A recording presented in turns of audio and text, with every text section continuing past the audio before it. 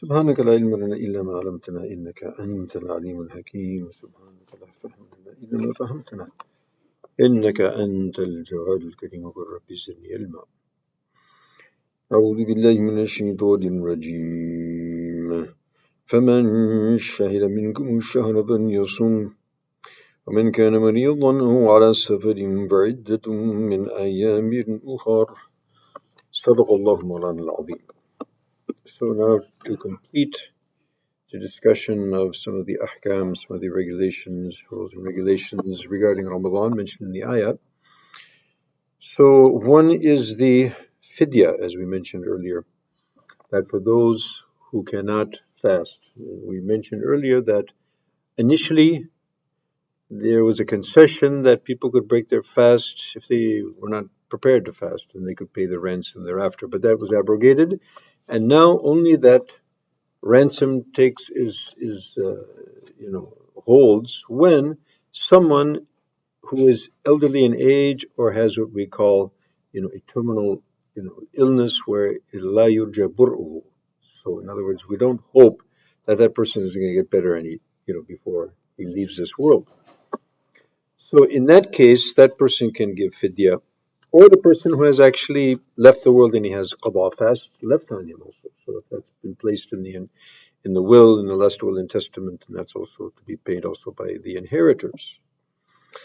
So that's basically, as it's mentioned in hadith, it's basically either a half a sa', which is a measurement that they used to use, still they use in some of the traditional places, but so it's a measure by volume, okay? So it's a half of that sa' of wheat, or a total sa', a complete sa' of barley or other grains. That was what is mentioned in the hadith. So looking at the sort of wisdom behind that is basically that we want to feed the poor. Ta'amu miskin, which is mentioned in the ayah, ta'amu miskin. So the hadith mentions that what type of ta'am and how we would pay that. So basically what we can conclude from that is that we are going to give one miskin what would be generally a daily ration, which was traditionally, a meal morning and evening. Now this 3 times eating every day, that's something that we have very recently come up with. As a result of that, we find a lot of obesity and other difficulties. However, so generally it's considered that 2 meals a day is quite sufficient, for anyone. So, in other words, feeding him, what normally someone would be fed morning and the evening. Okay, or giving the grain, that amount of grain, or probably more easily looking at the value of that feeding morning and evening. So it's anywhere between $5 and $10. I think our brothers from the north, they say they basically usually advise people that it's $8 per day per person. So for every day that you have broken your fast, or that you have to pay that fidya, so you'll have to pay 1 miskin per day, right? Now suppose somebody breaks his fast intentionally. So if somebody breaks his fast intentionally, there's no excuse. So now we have not only fidya, we have what we call kafara. To atone for that, we're going to have to fast 60 consecutive days. That's very difficult, and probably it would be for most people. So you can feed 60 people. 60 people in the same way, 60 people morning and evening, or the value thereof, between $5 to $10, maybe $8. And obviously, man tatawwa khairan fahuwa khairun lah. And the more you will give, for yourself, you're placing in your bank account. So put a little extra, no problem. So it'll be a problem if there's too little, but there won't be any problem at all if there's a little bit extra. So that's 60, those 60 miskin. So either you find 60 miskin and feed them all together, or you can feed any individual. For example, there's somebody that's really in need, so you can feed him every day for 60 days. Okay, so that's the first thing that we wanted to talk about. Secondly, is man shahida minkum ash-shahr, who witnesses the shahr. So who actually witnesses the shahr, he is in that condition where it's wajib on him, or it's fard on him to actually sawm, being a baligh, he's mature, he's a Muslim, he's aqil, he's sane, right? And he's not sick, and he's not, in journey.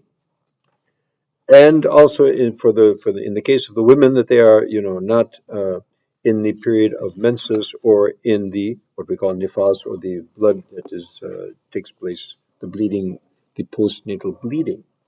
Okay, so that there's different categories, though. However, some of those people will have to make qada later on. Some of them won't. For example, somebody accepts Islam, so you have to be a Muslim for it. It's not wajib on other people, right? So somebody accepts Islam, so now do they have to make up that rest of the fast? No. So their meter starts as soon as they were 0 meter, now they're fresh, and everything from their previous life is all excused, right?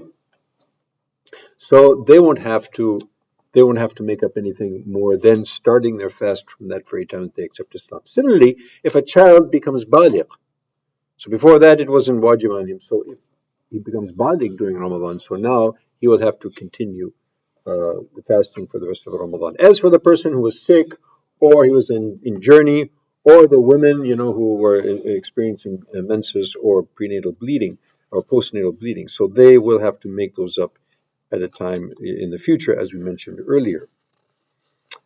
Um, there's another issue which deals with people who are living in the areas where there's 6 months of day and 6 months of night. So we're going to have a total program on that later on. So that's a little bit detailed. So, and it doesn't apply to anybody here.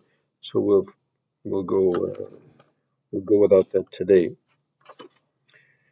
One last point, and then we'll complete for the day. So here again, an interesting thing of this sequence of ayats is um, that we see the repeat of the verse, فَمَنْ كَانَ مِنْكُمْ مَرِيضًا أَوْ عَلَى سَفَرٍ فَعِدَّةٌ مِنْ أَيَّامٍ أُخَرَ. So who was sick or in journey, so he'll have to complete extra days. So what's the reason why it's mentioned again? So the Mufassirin say that because the abrogation of the concession of fidya, which is the ransom, that was abrogated. So what about for the sick and the person on the journey? Is that abrogated also? No, that remains intact. So therefore, the mention of the concession for the sick and those on journey is mentioned again to affirm that concession remains for those two categories. And inshallah, we'll be having detailed discussion on the ahkam of Ramadan in detail. We'll set up a time for that, inshallah, in the ensuing days and during Ramadan. And let us suffice for that. وآخر دعوانا أن الحمد لله رب العالمين والسلام عليكم ورحمة الله.